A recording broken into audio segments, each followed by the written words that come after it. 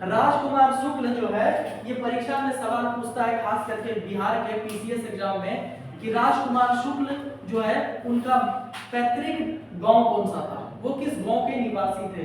तो ये जो है मुरली भीरहवा गांव के थे। कहां के? मुरली भीरहवा गांव के ये निवासी थे राजकुमार शुक्ल। ठीक है। और राजकुमार शुक्ल जैसे ही गए थे तो राजकुमार शुक्ल का एक प्रमुख मुद्दा था। मुद्दा क्या था? 3 कठिया व्यवस्था। 3/20 मतलब एक काम थी। हाँ, 1 बीघा जो खेत होता है, 1 बीघा में 3 कट्ठा नील की खेती कराना अनिवार्य था। तो इस वजह से जो है नील की खेती करने से क्या हो गया, किसानों की जो भूमि थी उसकी उर्वरा शक्ति समाप्त हो गई। मतलब अगर आप बार बार नील की खेती अगर करते हैं तो नील की खेती करने से उसकी उर्वरा शक्ति खत्म हो जाती है।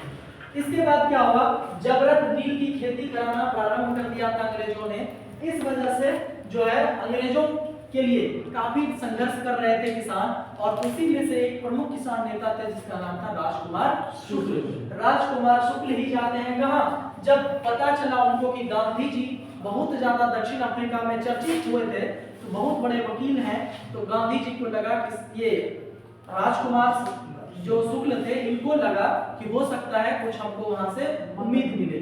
तो इसी क्रम में गांधी जी जब गए थे लखनऊ समझौता में, तो इसी समय ये पहुंच गए कहां, लखनऊ में, और जाकर गांधी जी से मिले थे और किसानों की दुर्दशा की चर्चा की। और गांधी जी ने आश्वासन दिया कि हम आपके यहाँ आएंगे। और जस्ट अगले जब गवर्नर पढ़ेंगे मॉन्टेग्यू चेम्सफोर्ड के बारे में, तो इसके समय चेम्सफोर्ड के समय ये 1917 में गांधी जी आते हैं बिहार, और बिहार में ही आकर 1917 में करते हैं पहला इन्होंने अपना सत्याग्रह, जिसका नाम है चंपारण सत्याग्रह।